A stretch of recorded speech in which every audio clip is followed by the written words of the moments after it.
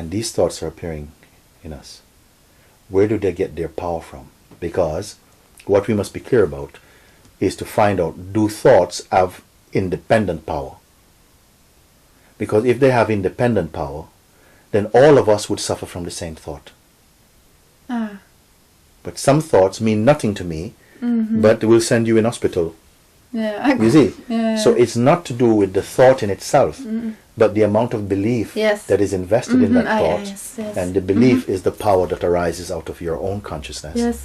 And so you must understand that both belief and attention are your superpowers, because they can create. Because mostly we identify ourselves even with attention. Attention is maybe your most intimate tool, because wherever the attention goes and touches is registering as your experience. You say, yes, I see this, I think this, I want to see. So you give your attention even the quality of yourself as I. And through the inquiry you see that even attention, which is the earliest power going out, that even that is also witnessable. Even this one you can see. So if you can see this, then you must be beyond it. Behind, no? But when you say you have the power to put your attention anywhere, who does that? That's not me, or because there's nobody behind. There's no body, but there's or consciousness. Nothing, or consciousness. There's consciousness. Consciousness is what you are in this dynamic experience and body. That's not me. When you say consciousness is not you, as in the head. You mean the mental consciousness. Mental consciousness you observe. Consciousness as mind you observe. But who puts the attention anywhere? This goes from itself. Yes, the attention is moving by itself. What is witnessing this attention? Isn't there a living force that is witnessing this attention? Where would you put yourself intuitively? Not use your head, intuitively. Can you be the thing that is being witnessed, or the one who is witnessing? Which feels more true for you?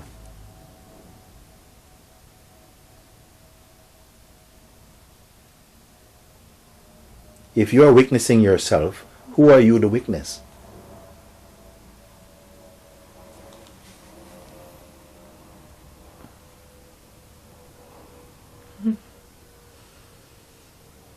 Something liquid or air or something like that. Now you have gone to a very, very subtle phenomena. You say maybe something fluid, liquid, or air. But these are still a phenomenon. Something also must be observing something liquid or air, isn't it? Isn't it? Now this is common sense actually. And I'm showing you the power even of your ordinary speaking. There's a power. There's a consciousness is behind. But we are not aware of the power of this consciousness. That you are the one who is seeing all these things. And the only thing that gets in the way of a clear, intuitive certainty about this is because we are so habituated to thinking of yourself as the name and the form, as the person. And in somehow placing yourself into a particular context and an environment and an image. And I'm saying to you, even these images, they're still a phenomena arising in you. You're the one witnessing them. What can be seen in the image, you see? Can that which sees even the subtlest image, let's say even of space, that can sense even space, there must be something that is aware even of space. That must be itself. Yes. And you, who are you in this moment of seeing?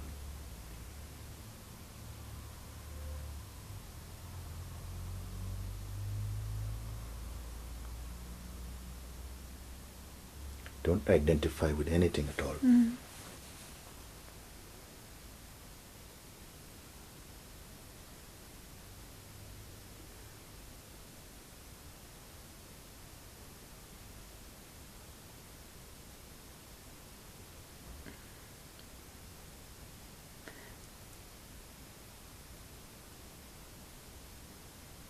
I don't know what it is. You cannot know. Not with the traditional mind. Not thinking. Yeah. Yeah, you cannot know because if you know something, it phenomenalizes it. That, okay, I know that. Yeah. So that cannot be what is aware of it. So this question, what is aware, even of the subtlest appearance, what is aware even of that?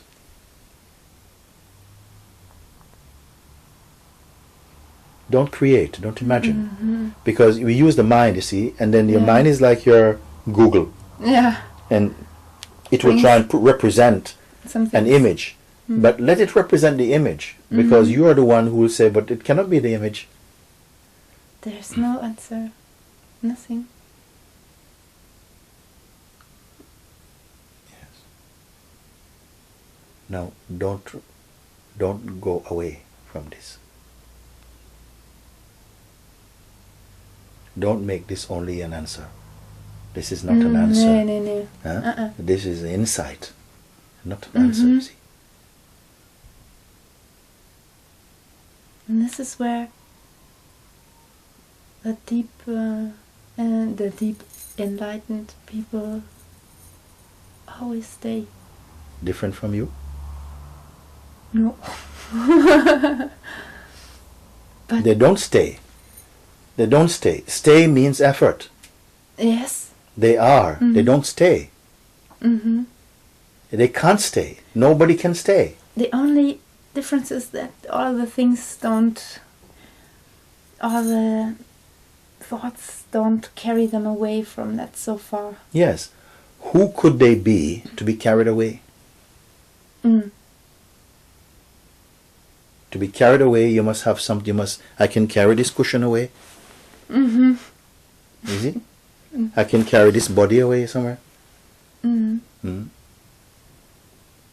But am I this body that can be moved about from this place to this place? This is your introspection. You're looking. From the thoughts. Yes. And this body without thoughts is what? This body without thoughts is what? Look at this body or anything without thought. What is it?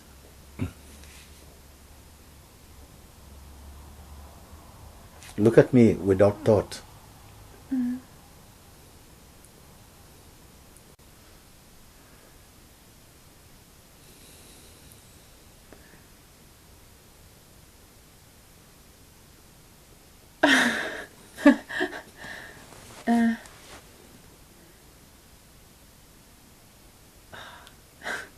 This is your real seeing, actually. On top of this pure seeing, this almost a non-phenomenal seeing, but phenomenal seeing appears in it, and it is okay.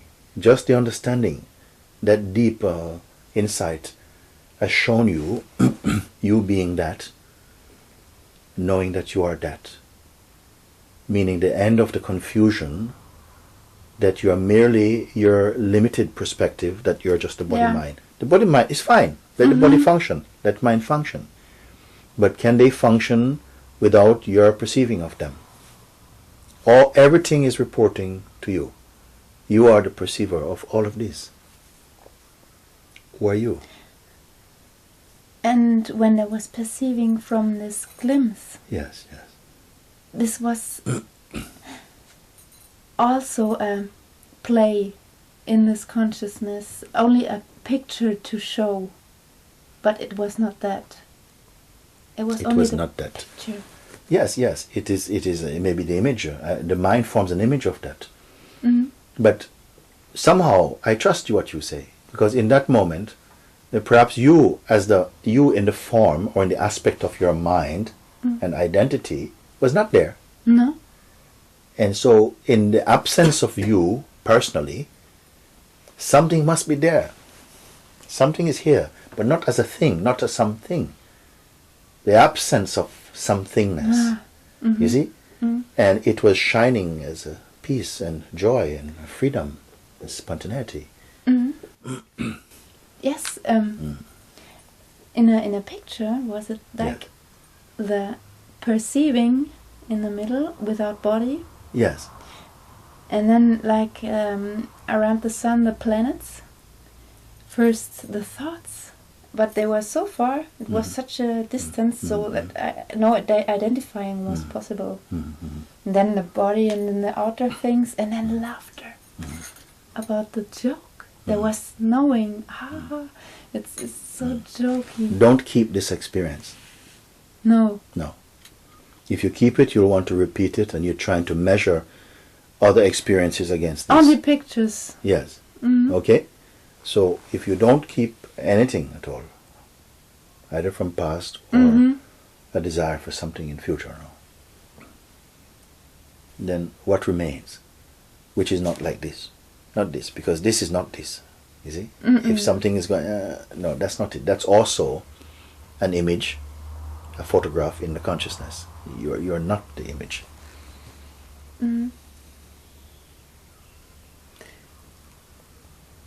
And all the other people around me and us, they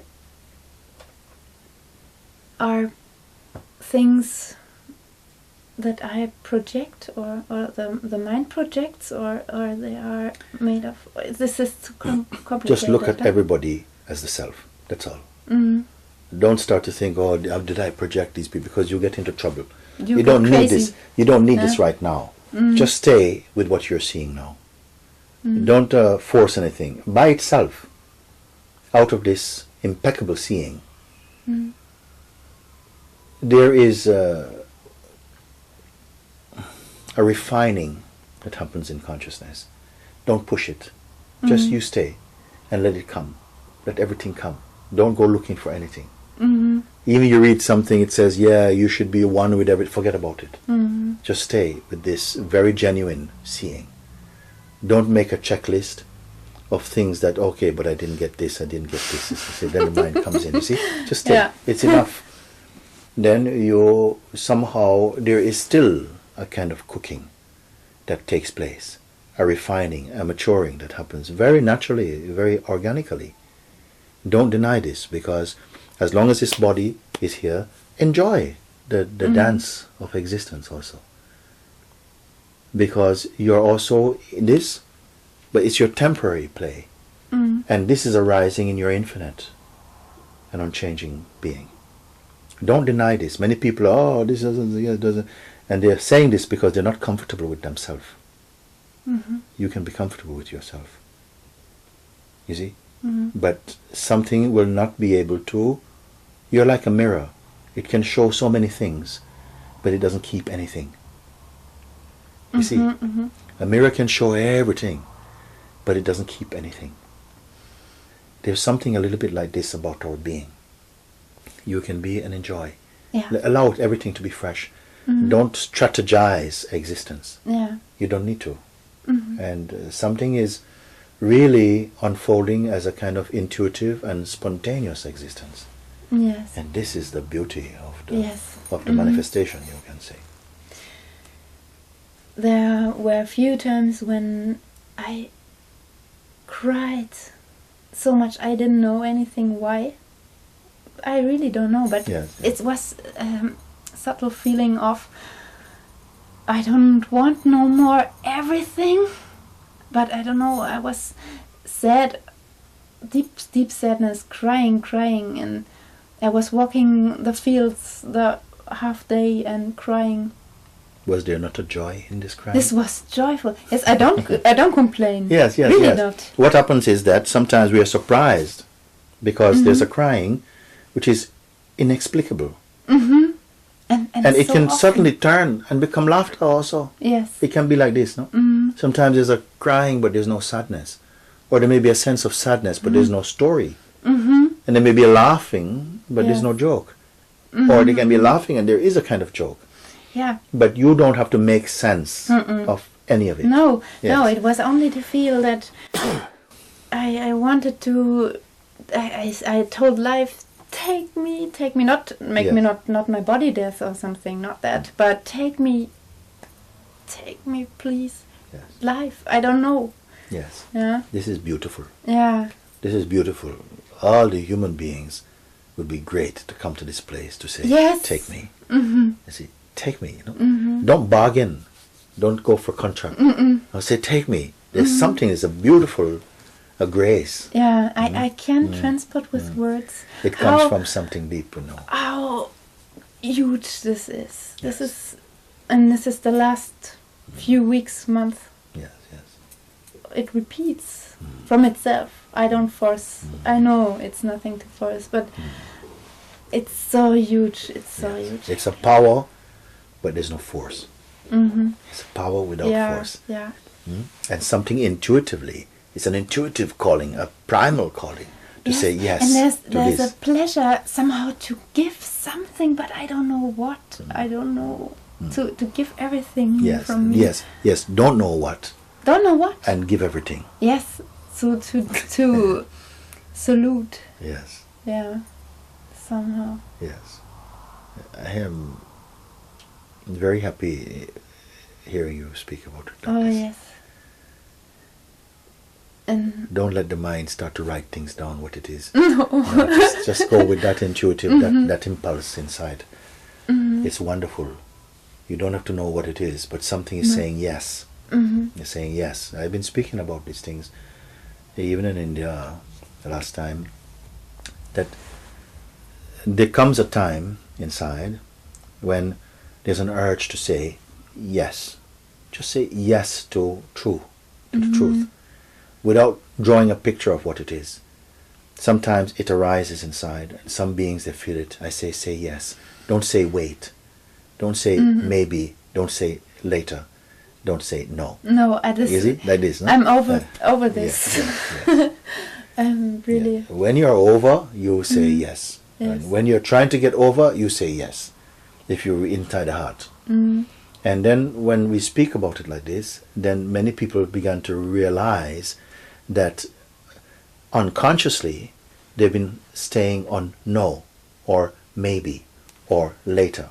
It's like a suspension. I had these times. Yes. Also. Yes. But the last few months, it was like, yes, pure. Yeah. It was.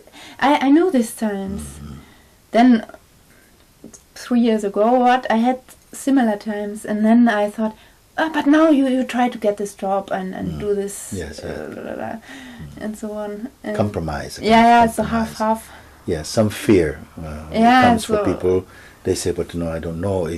Now I'm experiencing, I don't know. Before I had the illusion that I do know. Yes. And there's a kind of security in feeling I do know. Because there came the thoughts, rent and money and la. So I heard of that. Yes. So, but now it's so finished. Yeah. It's wonderful. It's wonderful. It's wonderful. When the human being come to this type of conclusion, a wordless, a conceptionless conclusion, it is yes inside, no? The whole universe turns its face towards you. Don't worry about anything at all. Yes. I'm very happy. This is more than an interview. Yes. You know, it's like a communion or something. Something feels beautiful. Yes. I carried this wish in my heart when I came to you. Yes, it's wonderful. Because in YouTube I cannot tell you. I'm so touched in my being. Your words ran in my heart. I learned so quickly good English. It's good. Good way of learning English.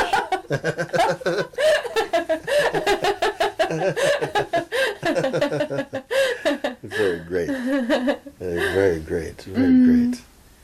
Very great. We use the mind for as much as the mind is useful to bring you to beyond the mind, into the pure space of being that doesn't have to work anything out. Yeah. It's something. Yeah, miraculous is a good word. Spontaneous. Now people are a bit afraid of these words, but they are truth to do with your being, your living being. You see. It's like the dream of flying. When I swim in in the air. This dream I had so often. Sometimes I refer to this seeing. It's like you become like space moving in space. You're like space moving in space. You have still the sense of being here, this body is here, but it's become almost transparent, almost translucent, almost invisible. Because it's not heavy with identity. Because you've seen from that place which is imageless. And so no one can explain this thing, you see. I don't think Mr. Buddha could do it. Or Christ. They can't explain because it's no words there to convey what it is. And yet we are this. Is behind all our faces is the faceless one. Behind every face, every expression, this is. This is. And I feel like the great opportunity of the human experience is to recognize this, which puts an end to suffering. Yes, because people who would see that, they won't be jealous or kill. Yes.